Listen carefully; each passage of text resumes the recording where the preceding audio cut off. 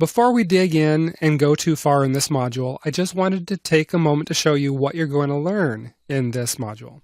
Okay, first, I'm going to show you that branding is not just a theory.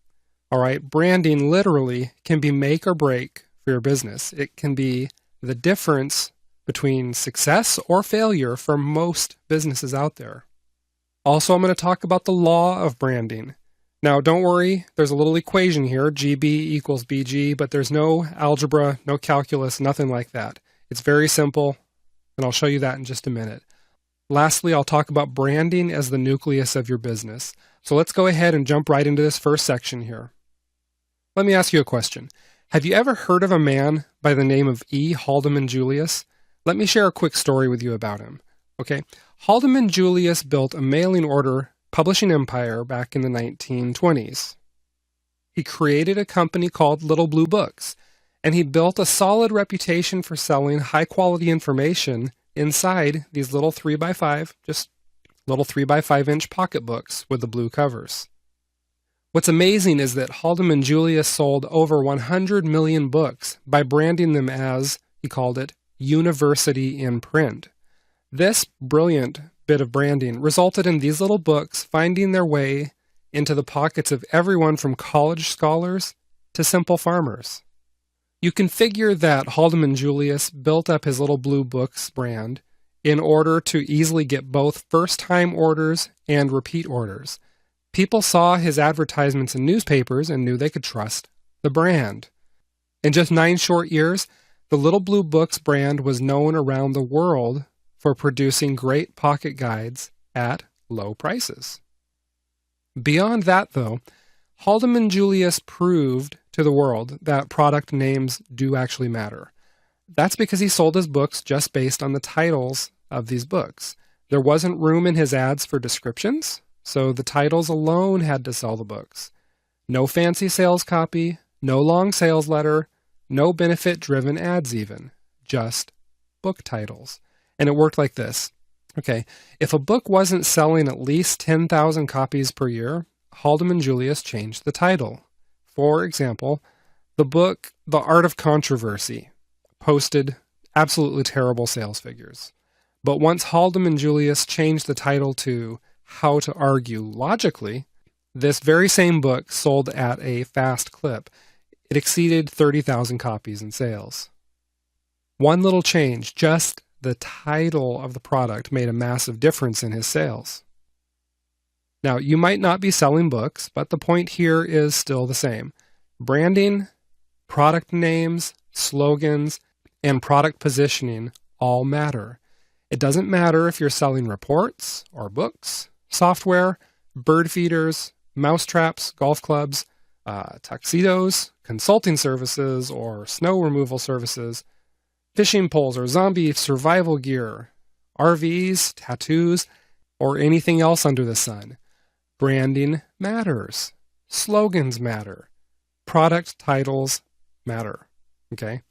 However, branding might not necessarily be what you think it is. And that's what we'll be covering in this module. I'll see you in the next section.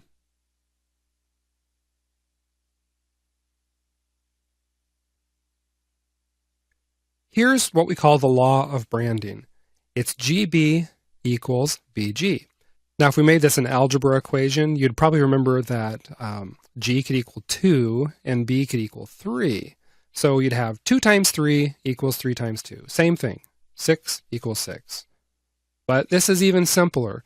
GB equals BG is just this. Good branding equals business growth. It's the same thing.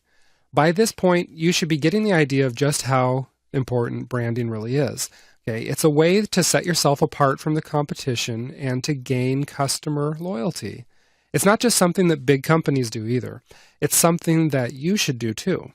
And that's because your branding is a long-term mindset, one which will contribute greatly over time to your overall business growth. Most business owners are focused on selling, just a quick sale today.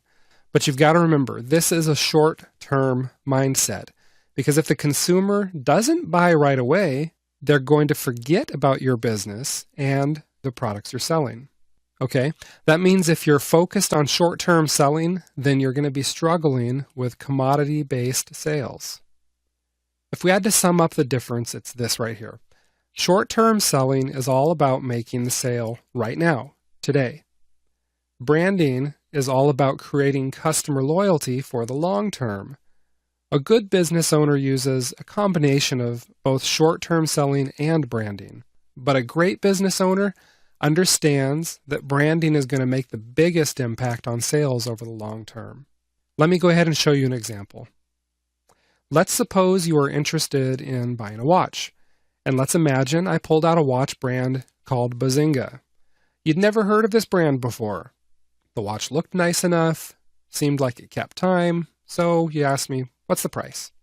And I tell you it costs $15,000. Let me ask you what you would do.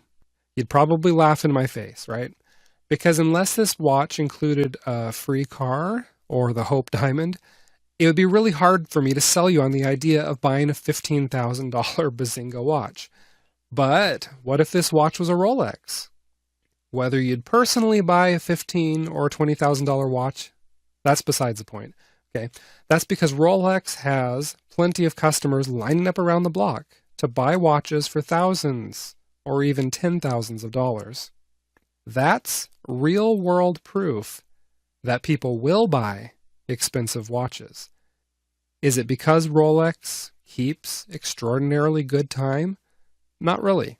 I'm going to say you could go to the local discount store and pretty easily find a $20 watch that keeps time as well as a Rolex. Is it because a Rolex watch is made from gold and other precious metals and gems? Not entirely, because you can also find other watches made from the same materials which don't cost nearly as much as a Rolex. So we have to ask, why is it that people spend thousands of dollars on a Rolex watch when they could get similar watches for a lot less money? It's simple. It's because of the Rolex brand. People will gladly spend thousands of dollars just to get the feeling that the brand promises. In Rolex's case, the feelings center around power and wealth and sophistication. In one word, it conveys a feeling of prestige. And that brings us to one of the most important things you're going to need to know about branding. Branding is all about emotion. When some people think of branding, they think of a slogan and a logo. These are, of course, parts of branding, right? But the slogan, logo, colors, and everything else that goes into the brand are all carefully designed to convey some sort of feeling. The whole point of the brand is to produce the feeling that you want your customers to experience when they use or even merely think about your product. Now, why does a brand seek to produce a feeling?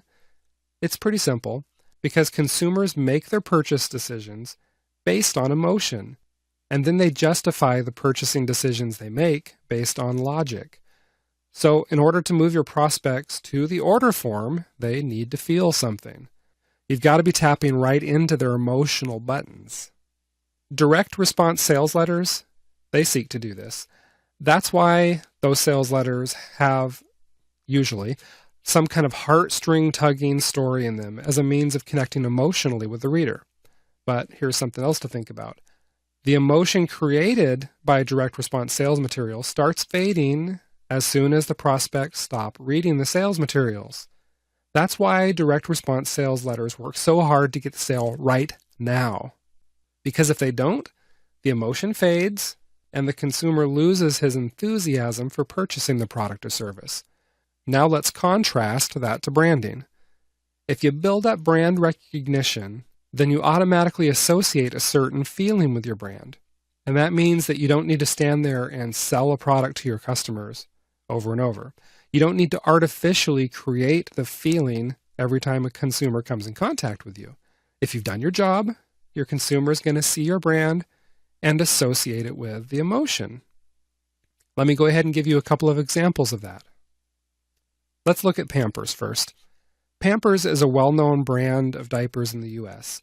If you go to pampers.com, and I've got a screenshot of their website here, see their ads on TV, or even see their ads in magazines, It's obvious, it's clear that their brand is based on conveying a feeling of love. There are loving images of mothers and babies, soft colors, and even hearts on the site. Okay, it doesn't get much clearer than this what emotion they're trying to convey. Just look at their site logo. You'll see exactly what I'm talking about. Their soft edges and subdued colors. They've made love a part of their DNA. You may not have considered that before, even if you do know their products already. But Pampers has gone the extra mile, plus a few in my opinion, to make you feel the whole idea of if you love your baby, you buy them Pampers, right? Let's go ahead and take a look at another one. Ferrari. Yeah, who doesn't love a Ferrari? Ferrari is known the world over for their exclusive high-performance cars. And indeed, the Ferrari brand conveys power, performance, and prestige. This kind of branding has not only allowed Ferrari to sell some of the most expensive sport cars in the world, it's also given the company an opportunity to expand their profits through licensing and retail opportunities, things like their association with Formula One racing. Whether you're looking at the Ferrari.com website or even looking at a Ferrari, you'll see the branding at work. People don't buy Ferraris to simply get them from point A to point B. Just look at their logo. I'm not knocking it. It's perfect for what it does. But honestly, I don't even think it's that good looking. But people don't buy Ferrari merchandise because they like the red, yellow, and black colors. Instead, people buy in order to capture the feelings of prestige that go along with the Ferrari brand. If there's only one thing I'm sure of, it's this. This logo never made anybody feel like kissing a baby. All right? To me, it's all rip, snort, and room, zoom, zoom. For as long as I can remember, their branding has locked that into my mind.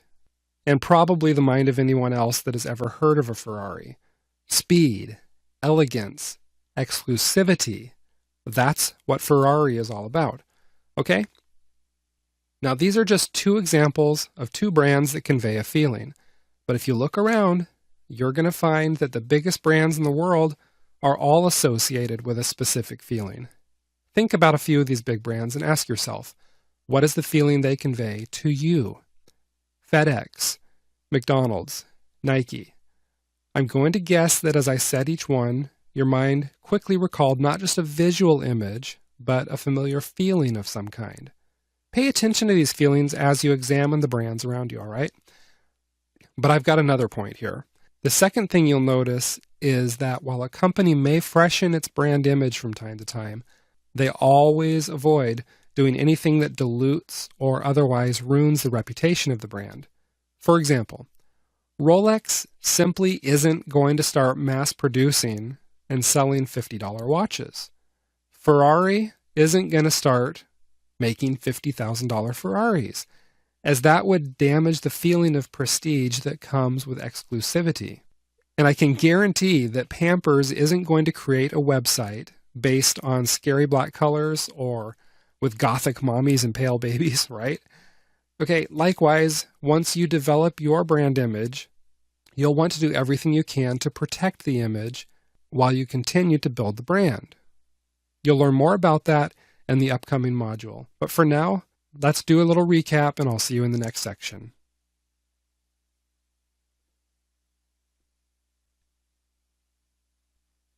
As you've just discovered, developing a brand is about conveying a certain feeling to your prospects and customers.